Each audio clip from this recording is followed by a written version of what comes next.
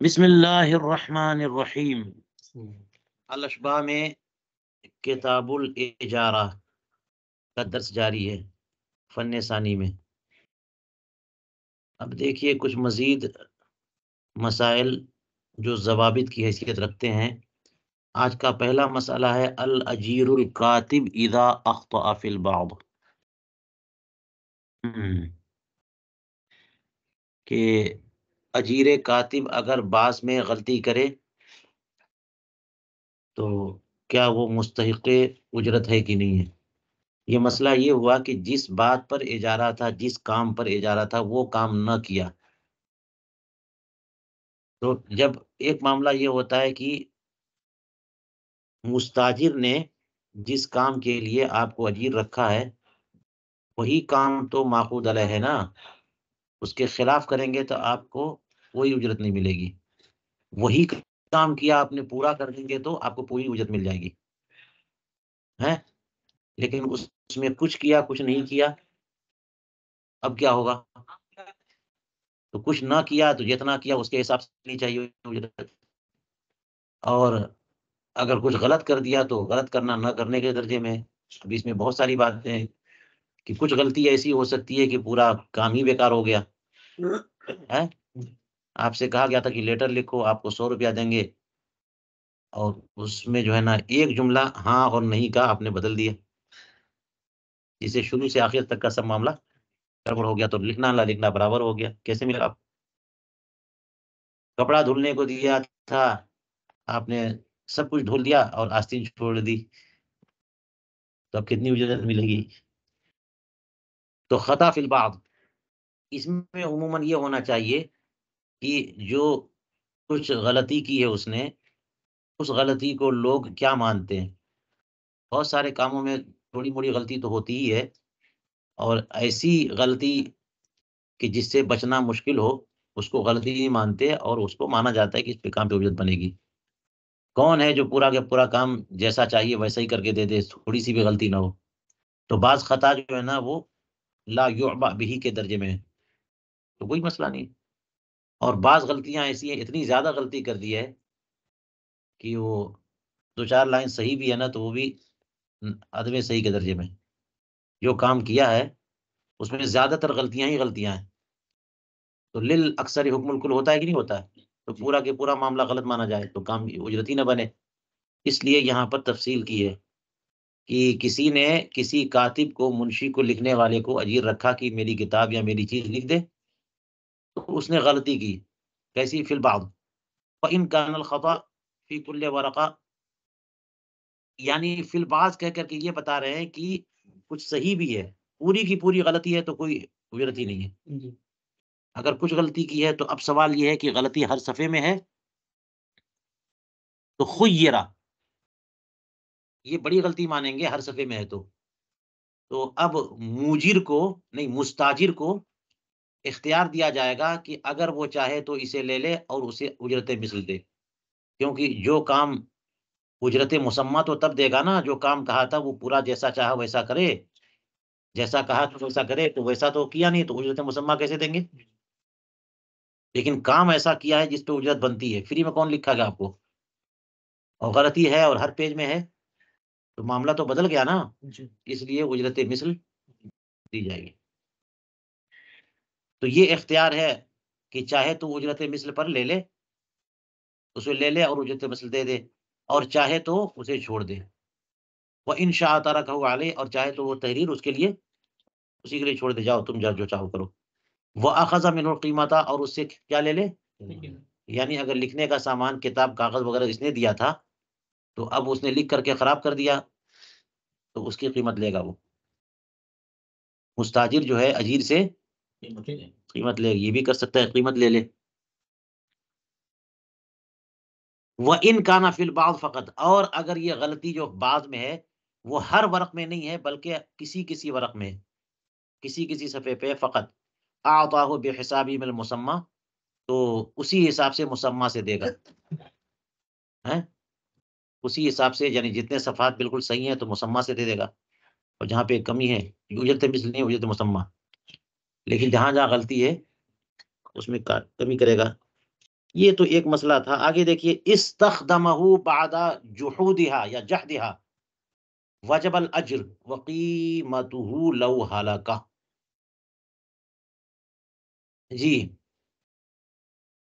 اسے استعمال کیا اجارے کے انکار کے بعد تو بھی اجرت واجب ہوگی، اور اگر وہ ہلاک ہو جائے تو قیمت واجب ہوگی.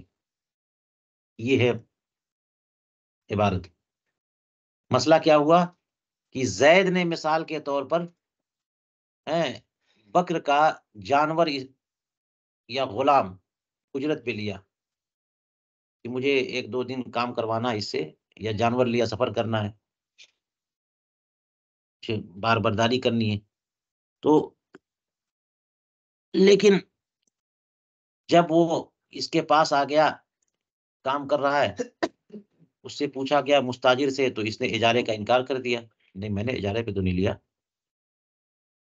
گویا یہ کہنا چاہ رہا تھا وہ تو عاریت کے طور پر ہے، اجرت پہ نہیں ہے، اجارے پہ نہیں ہے، وہ تو عاریت کے طور پہ ہے. یا پھر آپ ہی کہہ لے جائیے میں نے عاریت کے طور پہ یہاں پہ رکھا ہے یہاں پہ، ٹھیک ہے. تو اجارے پہ لیا تھا اور اجارے کا انکار کیا، اور اس کے بعد اس سے کام لیا. اجارے کا انکار کرنے کے بعد جو ہے نا وہ کام لیا جس کام کے لیے اجارے پہ لیا تھا. تو انکار سے اجارہ ختم نہیں ہوتا، انکار سے ختم نہیں ہوتا، اسی لیے کہتے ہیں کہ اجرت واجب ہوگی. انکار اجارے کے بعد، انکار اجارہ کے بعد اجارہ ختم نہیں. اس نے کام لیا اس سے، تو اجرت واجب ہوگی. اجرت ہر اس جگہ واجب ہوگی جہاں پہ کام پر اجرت بنتی ہو. جس کام پر اجرت بنتی ہو وہ کام لے گا تو اجرت واجب ہوگی. لیکن اب یہ کہہ رہے ہیں کہ پھر قیمت کیوں واجب ہوگی اگر ہلاک ہو جائے؟ کیونکہ آپ نے تو پڑھ لیا ہے کہ عین اگر ہلاک ہو جائے تو وہ ضمان میں اس کے ہے، مالک کے، نہ کہ مستاجر کے. پیسے تو وہ بنا رہا ہے نا. الخراج بالضمان حدیث پاک ہے کہ جب ذمہ دار ہوگا تو کمائی کرے گا، بس فری میں کیسے کمائی کرے گا؟ تو یہاں پہ قیمت کیسے ہو جائے گی؟ اس کی وجہ ہے کہ اس نے انکار کیا، اس نے انکار کیا. جب اسے انکار تھا تو اس پر لازم تھا کہ وہ حق حبس نہیں تھا اس کے پاس. یہ کہہ رہا ہے کہ میں اجارے پہ نہیں لیا میں نے، تو لازم تھا کہ واپس کرتا. واپس نہیں کیا تو اس کا قبضہ یا حبس جو ہے یہ بطور تعدی ہے کہ نہیں ہے؟ اور وہ ہلاک ہوگا تو کیا ہوگا؟ یہ بات سمجھ میں آئی؟ لو ہلاک، یعنی اس کے پاس اگر ہلاک ہو جائے تو قیمت دینی پڑے گی. تیسرا مسئلہ دیکھیے، حمل احد الاجیرین فقط. یہ جو کامہ دیا ہے نا یہ غلط ہے یہاں پہ، یہ پورا جملہ ہوا. اگلا جملہ دیکھیے، حمل احد الاجیرین فقط ان کانا شریکین وجب لہما کلہ والا فللحامل النصف. دو اجیر میں سے ایک نے بوجھ اٹھایا بس، تو اب دونوں کو ملے گا کہ ایک کو ملے گا؟ ایک سوال ہے نا. تو اب اس میں یہ ہے کہ دونوں اگر شرکت صنائع کرتے تھے، شرکت کی کئی وجہ نا، کئی طریقے، شرکت فی الملک، شرکت فی العقد، شرکت وجوہ ہے. شرکت وجوہ میں بھی وہ تو شرکت ملک میں، تو شرکت وجوہ میں بھی شرکت صنائع ہے کئی طرح سے. تو شرکت صنائع میں یعنی کام ہم لوگ مل جل کر کے کریں گے، لائیں گے اور مل جل کے کریں گے، جو بٹے گا آدھا آدھا برابر برابر تقسیم کر لیں گے. تو اس طرح کے سے اشتراک کریں گے، شرکت کریں گے تو شرکت درست ہے، اور جو کچھ بھی کام کوئی کرے گا وہ سب میں برابر بٹے گا. اگر کسی نے کام نہیں کیا تو اس کی کمی ہے، لیکن اس کی وجہ سے حصہ کم نہیں ہوگا اس کا. ایک ہی بندے نے کام کیا تب بھی وہ پورا دونوں پہ. بات سمجھ آئی؟ تو وہی کہہ رہے ہیں کہ دو اجیر تھے، دو مزدور رکھے ہیں کہ چلو تم لوگ یہ کام کرو، ان میں سے ایک ہی نے کام کیا ہیں، تو جتنے پر رکھا تھا اگر وہ دونوں شریک ہیں تو پوری اجرت دینی ہوگی.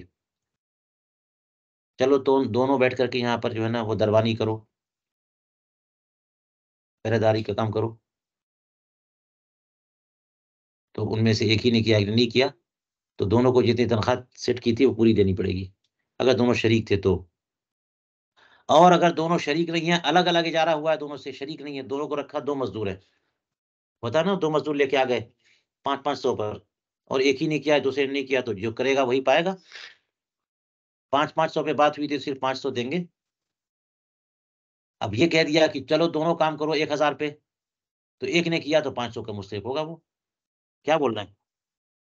ان کانا شریکین، 2 اجیروں میں سے صرف ایک نے کام کیا یا بوجھ اٹھایا، تو اگر یہ دونوں شریک تھے تو دونوں کے لیے پوری اجرت لازم ہوگی.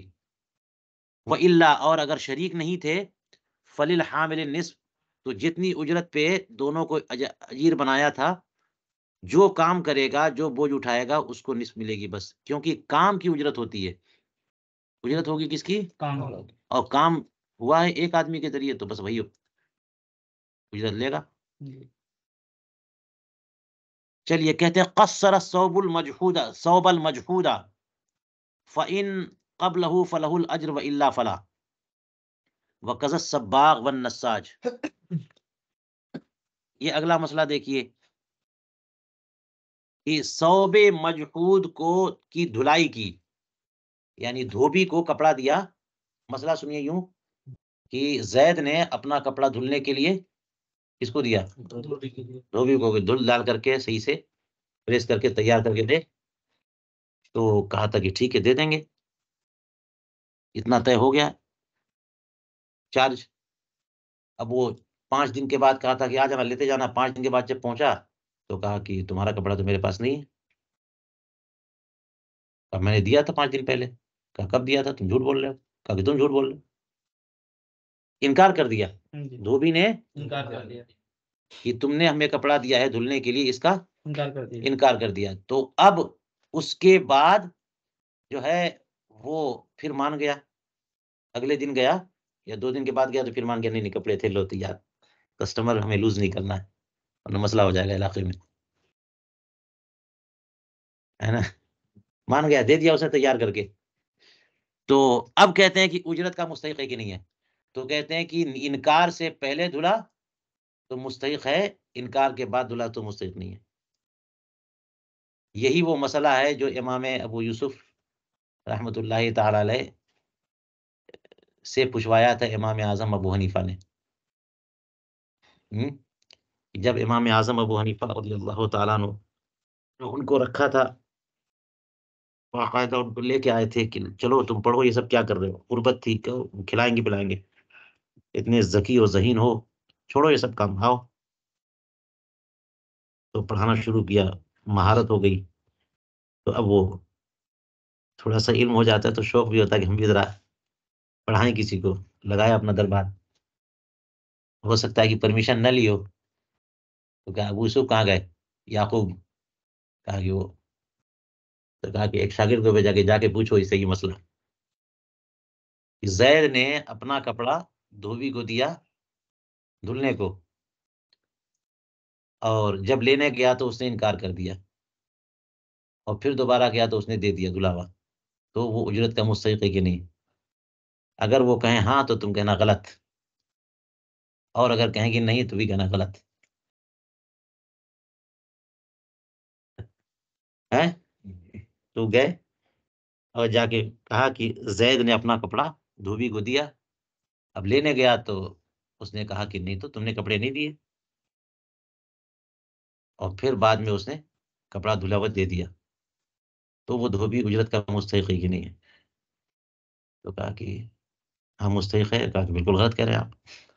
سوچا نہیں مستحق نہیں ہے. کہا یہ بھی غلط ہے.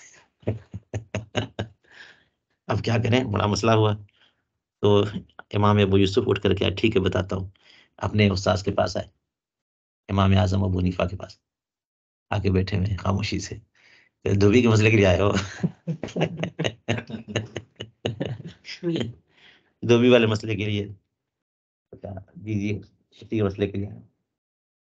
کون سا مشکل معاملہ ہے؟ اگر انکار سے پہلے دھلا تو اس نے اپنے لیے دھلا، نہیں وہ تمہارے لیے دھلا، انکار کے بعد دھلا تو اپنے لیے دھلا۔ جب انکار سے پہلے دھلا تو اجارے کے بعد دھلا، اس کے بعد انکار کیا تو دھلائی ہوئی کس کے لیے؟ اجارے کے لیے ہوئی۔ اس کے بعد پورا دھلے ہوئے کپڑے کو اپنے غصب کرنا چاہتا ہے وہ، تب انکار کیا اس نے، تو دھلائی کس کے لیے ہوئی؟ اسی مالک کے لیے۔ اور انکار کے بعد دھلا تو وہ تو غصب کر چکا، کس کے لیے دھلا؟ تو مستحق نہیں ہے، سیدھی سی بات۔ اب جم کے محنت کرنی ہے۔ تو استاد ہوتا ہے، کہتے ہیں نا گرو ہے، چیلا چیلا ہی ہے۔ ہاں، سمجھ میں آئی بات؟ یہی مسئلہ ہے، یہ پڑھتے ہی مجھے وہ واقعہ یاد آ گیا۔ اب یہ مسئلہ تو یاد رہے گا نا۔ قصر الثوب المجہود، ثوب مجہود کی دھلائی کی۔ ثوب مجہود سے مراد ہاں، جس کپڑے کے بارے میں انکار کر چکا تھا کہ نہیں تم نے نہیں دیا یا یہ تمہارا نہیں۔ وَإِن قَبْلَهُ، اگر انکار سے پہلے، فَلَهُ الْأَجْرُ، تو اجرت اسے قصار کو ملے گی، اجرت قصار کو۔ وَإِلَّا فَلَا، اور اگر انکار سے پہلے نہیں دھلا تو اجرت۔ یہی معاملہ صباغ و نساج کا ہے کہ مالک نے کپڑا رنگنے کو دیا یا سوت بننے کو دیا کہ کپڑا بن دینا، صباغ کو رنگنے کے لیے، نساج کو تیار کرنے کے لیے، اور لینے گیا تو انہیں منع کر دیا، اور پھر بعد میں اس نے رنگ کر کے یا بن کر کے دے دیا، تو یہی معاملہ ہوگا۔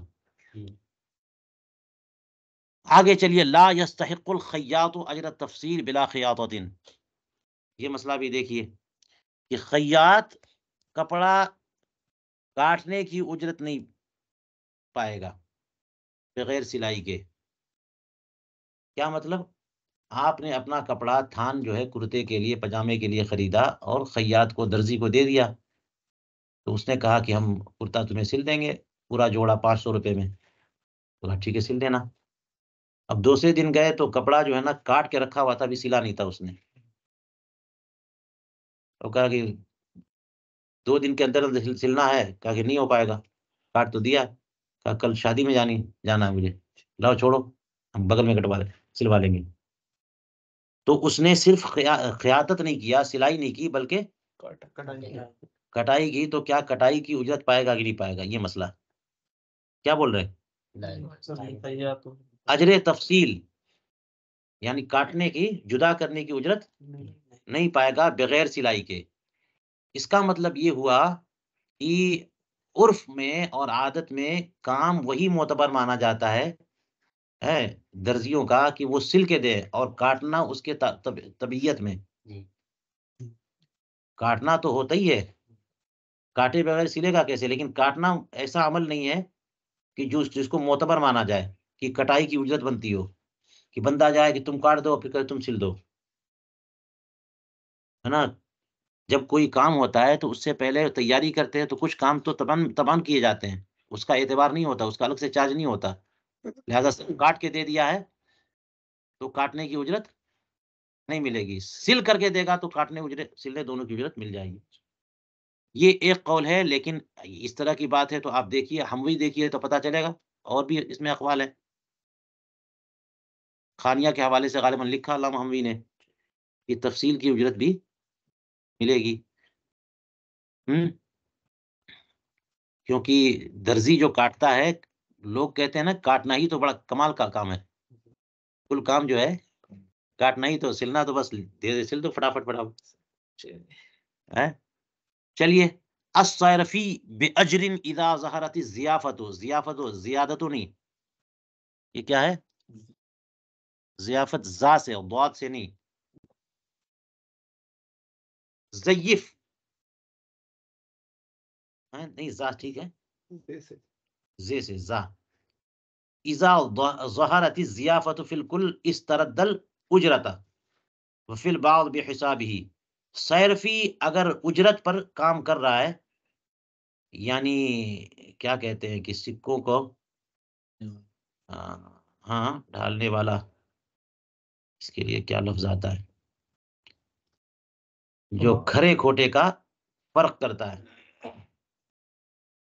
ہاں صراف تو ایکسچینج کرنے والے کو کہتے ہیں. تو صیرفی کہہ لو جو کھڑے کوٹے کو وزن کرتا حساب کرتا ہے, پرکھتا ہے, پرکھنے والا.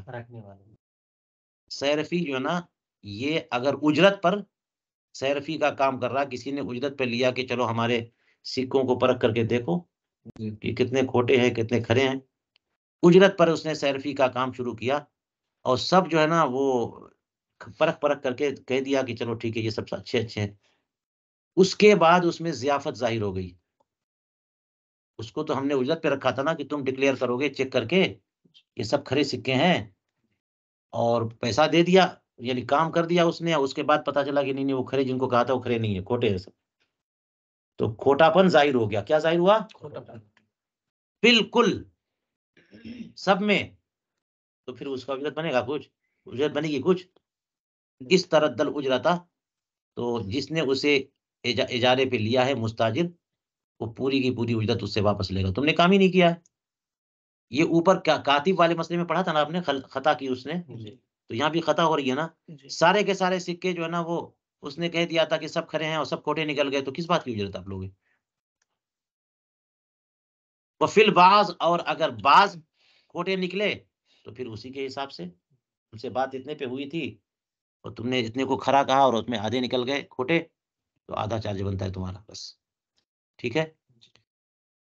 چلیے کہتے ہیں دفع الموجر لہ المفتاح فلم يقدر على الفتح لصناعة ان امكنه الفتح بلا كلفة وجب الاجر والا فلا.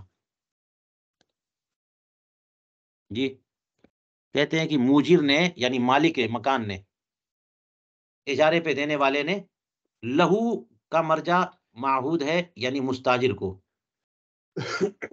گھر کی کنجی دے دیا اور کسی کاریگری کی وجہ سے وہ مستاجر اس تالے کو کھول نہیں سکا,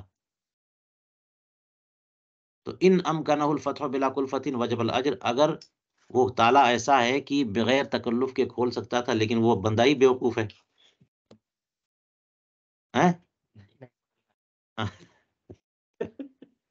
بلا تکلف کھول سکتے تھے تو کہتے ہیں واجب الاجر, کیونکہ تسلیم موجر تو پایا گیا نا, تسلیم عین تو پایا گیا. موجر نے آپ کو گھر حوالے کر دیا, چابی دے دینا یہی تو گھر حوالے کرنا ہے. تو اگر اس میں اتنی کمپلیکیشن تھی کہ آپ اسے کھول ہی نہیں سکتے تھے, کچھ سمجھ ہی میں نہیں آ رہا وہ کیسا ہے, پیچیدگی اتنی ہے, اور تو پھر کہہ سکتے ہیں پھر آگے کنٹیکٹ کیوں نہیں کیا. چابی دے دینا, عین کو دے دینا ہے نا, تو دے دیا, آپ نے فائدہ نہیں اٹھایا, اجرت واجب ہوگی, آپ کا مسئلہ ہے. اور یہ آپ پڑھ چکے کہ اگر وہ عین پر جس کو اجارے پہ دیا کسی نے غصب کر لیا تو پھر تمکن نہیں ہے وہاں پہ, انتفاع پر تمکن نہیں ہے تو اجرت واجب نہیں, انتفاع پر تمکن ہے تو یہاں بھی وہی بات ہو رہی کہ نہیں ہو رہی ہے. کنٹرول دے دیا اور بلا تکلف جو ہے نا وہ کھل سکتا تھا, آپ نے کھولا نہیں تو اجرت واجب ہے. وَإِلَّا فَلَا, لیکن اگر بلا کلفت جو ہے نہیں کھل سکتا, بڑی مشکل ہے اس میں, تو پھر یہ تمکن نہیں ہے. آجرت دارہا من زوجہا ثم سکنا فیہا فلا اجرا, عورت نے اپنا گھر اپنے شوہر کو اجارے پہ دیا اور پھر دونوں رہنے لگ گئے, فلا اجرا. یہ بھی دیکھو بڑی چالاک نکلی. ایک عورت کے بارے میں خبر سنی میں نے, باہر کروڑوں کا مکان بڑا زبردست تھا, تو اس نے ایڈ نکالی کہ میں اور بڑی مشہور خاتون, میں اس مرد سے شادی کروں گی جو میرا یہ گھر خریدے.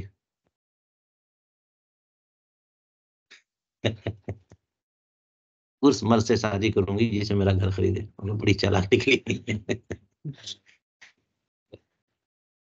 پیسہ بھی مل جائے گا اور تسلیم مبی بھی نہیں کرنی ہوگی. تو یہ چالاک عورت کیا کر رہی ہے, اپنے شوہری کو کرائے پہ دے رہی ہے, اور پھر دونوں رہنے لگ گئے. تو کہتے ہیں فلا اجرا. اس میں کیا ہو رہا, وجہ یہ ہے کہ اپنے قبضے سے ہے نا شیء موجر کو نکال دینا، ایسا کنٹرول دے دینا کہ اپنا وہ کہا نا کہ مشغول کو کا اجارہ کیا تو نہیں ہوگا اجارہ، تو خود قبضہ کیے بیٹھی ہے اس میں، تو شوہر کو اجارے پہ دے رہی ہے تو نکلے یہاں سے۔ لیکن یہ ایک مسئلہ ہے، آپ ہم بھی دیکھیے تو پتا چلے گا کہ وہ بھی قول ہے خانیہ وغیرہ میں یا کئی حوالے سے دیا ہوا انہوں نے کہ یہ اجرت ملے گی اس کو ہے۔ اس کی وجہ یہ ہے کہ اس کا رہنا یہ تبعاً ہے، اس میں شوہر کو اس نے اپنا گھر اجارے پہ دیا اور شوہر اس میں رہنے لگ گیا، تو یہ تسلیم تو ہے انتفاع پر تمکن ہے، بلکہ حقیقت انتفاع شوہر استعمال کر رہا ہے کہ نہیں کر رہا ہے؟ اب یہ بھی استعمال کر رہی ہے تو یہ شوہری کا استعمال کرنا ہوا، کیونکہ اس کا نفقہ اور سکنا شوہر پر ہے، اس کا نفقہ اور سکنا، تو اس کا وہاں رہنا یہ شوہر کا وہاں رہنا ہے، گویا کہ وہ باہر نکلی اور شوہر کو دے دیا، پھر شوہر اس کو لے کے آیا اندر، ہے کہ نہیں ہے؟ تو اس طرح سے اس کا رہنا نہ رہنا چونکہ تبعاً ہے تو اصلاً اس کا نہ رہنا نہیں، تو اس لیے وہ اجرت ملے گی۔ یہ دو قول ہو گئے، آپ دیکھ لیں دونوں۔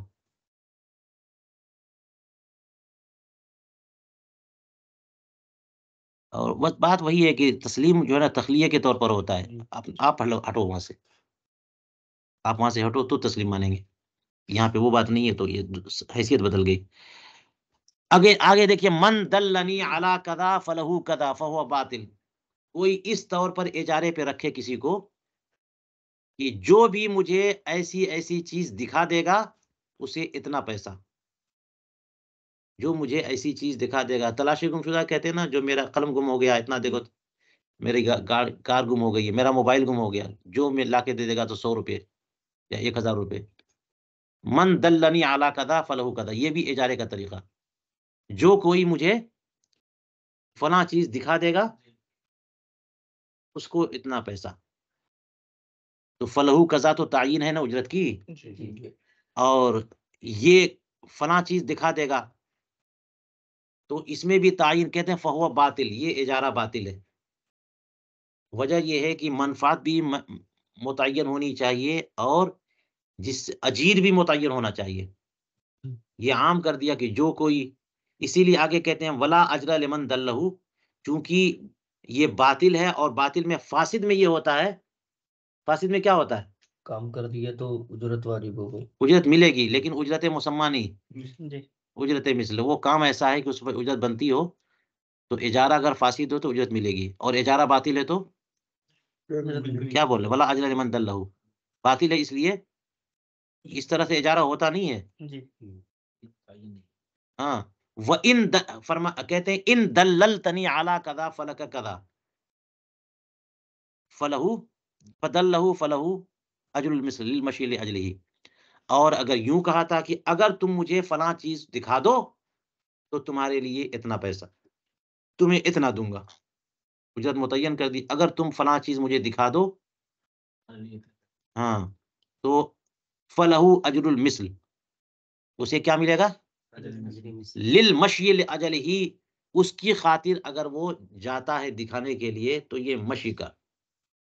ایک بات اصل میں یہ بھی ہے، یہ بھی ذہن میں رکھیے، ایک تو یہاں پر یہ معاملہ ہے کہ دللتنی کہہ کر کے متعین کر رہا ہے نا، اور یہ چیز بھی متعین کہ فلاں چیز دکھانا، تو کام بھی متعین ہے، لیکن کہتے ہیں کہ یہ دلالت اور اشارہ اور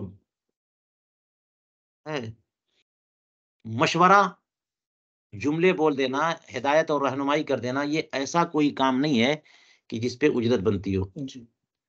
آپ مجھے مشورہ دیجئے تو مشورہ دینے کا اتنا پیسہ، بول دینے کا اتنا پیسہ، کہتے سیدھے اسے راستے سے چلے جاؤ، اسے راستے میں ٹرن ہونا ہے پیسہ لاؤ،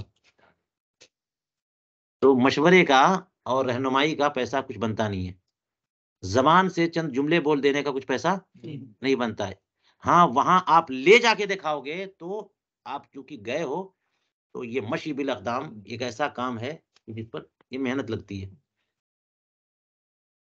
تو اگر یہ کہہ دیا کہ تم اگر فلاں چیز دکھا دو تو تم کو اتنا پیسہ دوں گا، اب وہ اس کو لے کے گیا اور جا کے دکھایا اس نے، اس کے لیے گیا وہ، تو اس پہ اجرت ملے گی.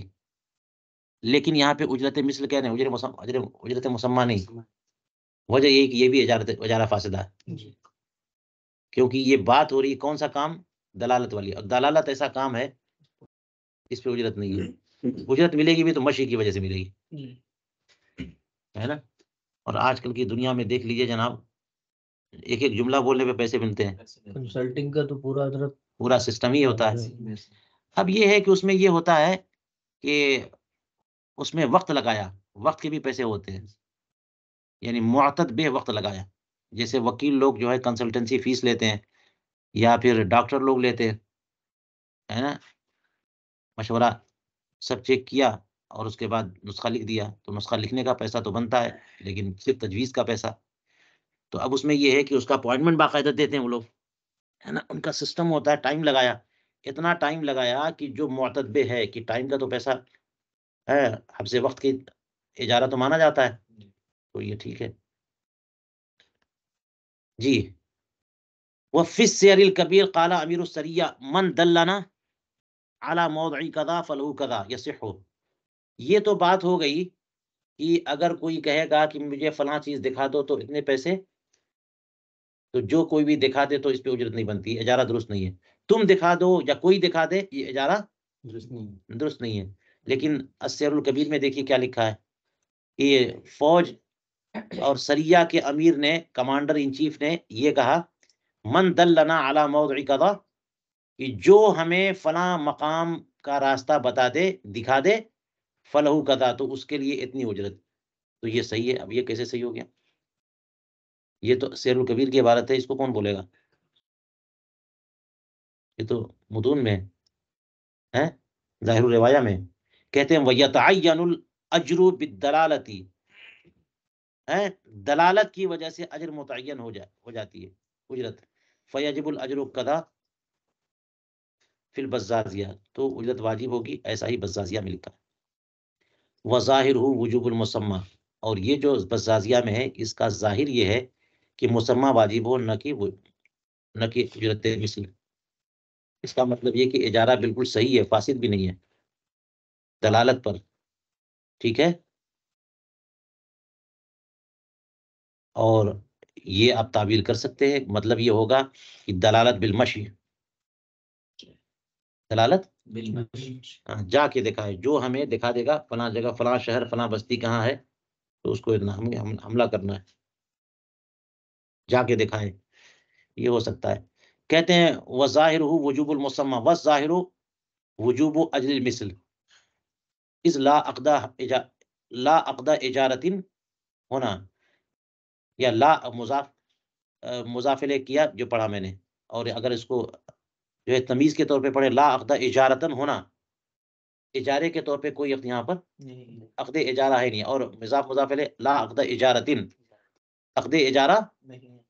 اور عقد اجارہ اس لیے نہیں ہے کیونکہ دلالت جو ہے نا، کوئی ایسا کام نہیں ہے کہ جس پہ اجرت بنتی ہو. زبانی جملہ بول دینا، یہ کون سا، زبان تو چلتی ہی رہتی ہے. خاموش رہے گی تو زبان تھک جائے گی، چلتی رہے گی تو ٹھیک ٹھاک رہتی ہے. تو بول دینا جو ہے نا، اور مشورہ دے دینا اور ہدایت کر دینا، یہ کوئی ایسا کام نہیں ہے جس پر اجرت. تو یہ اجارہ ہوتا ہی نہیں ہے. اب یہاں دونوں چیزیں دیکھ لیجئے، ایک السیر الکبیر کی عبارت ہے اور ایک بزازیہ کی عبارت ہے. تو اصل مسئلہ جو بتا دیا وہ یہ کہ یہ ایسا کام نہیں جس پر اجرت بنے. تو اگر کسی نے کہہ دیا کہ فلاں چیز ہمیں دکھا دو، اور اس نے جا کے دکھا دیا، تو اجارہ صحیح تو ہے نہیں، لیکن کام کیا اس نے، تو ایسی صورت میں اجرت مثل ملتی ہے. بات سمجھ میں آئی؟ تو اس کو کہا وَالظَّاهِرُ وُجُوبُ أَجْرِ الْمِثْلِ. بزازیہ کی عبارت کے لیے کیا بول دیا؟ ظاہر یہ ہے جو مسئلہ آپ نے سمجھا کہ یہاں پر اجرت کیا ملے گی؟ اجرت مثل. اور السیر الکبیر کی عبارت سے اندازہ ہوتا ہے کہ یہاں پر اجرت مسمى. جی، کیونکہ یصح کہہ دیا نا. السیر الکبیر میں کیا ہے؟ یصح کا معنی اجارہ درست، اور اجارہ درست تو چلیے بس کر. اچھا، کہتے ہیں وَهَذَا مُخَصِّصٌ لمسألة الدلالة على العموم لكونه بين الموضع. کہتے ہیں یہ جو السیر الکبیر کی عبارت ہے یہ مسئلہ دلالت کے لیے مخصص ہے علی العموم. تو وہ اصل میں یا مخصص ہر جگہ لکھا ہے. چلیے تو اصل میں یہ مسئلہ دلالت کا علی العموم یہی ہے کہ دلالت ایسا کام نہیں ہے جس پر اجارہ ہو، ہے نا، لیکن یہ اس سے مخصص ہے. اور وجہ یہ ہے کہ یہاں پر جگہ بتائی گئی ہے، لکون ہی بین الموضع، یہاں جگہ بتائی گئی کہ وہ کون ہے جو ہمیں فلاں بستی کی ہدایت کر دے اور دکھا دے. تو اس لیے یہ مسئلہ اس سے مخصص ہوگا یا یہ مخصص ہوگا اس مسئلے کے لیے. عموماً وہ مسئلہ ویسے ہی رہے گا کہ دلالت جو ہے نا یہ اجارے کا کام نہیں ہے نا، لیکن یہ جو مسئلہ اس سے خاص ہے، یہاں پر اجارہ ہے. جنگ کے حالات میں حضرت ایسا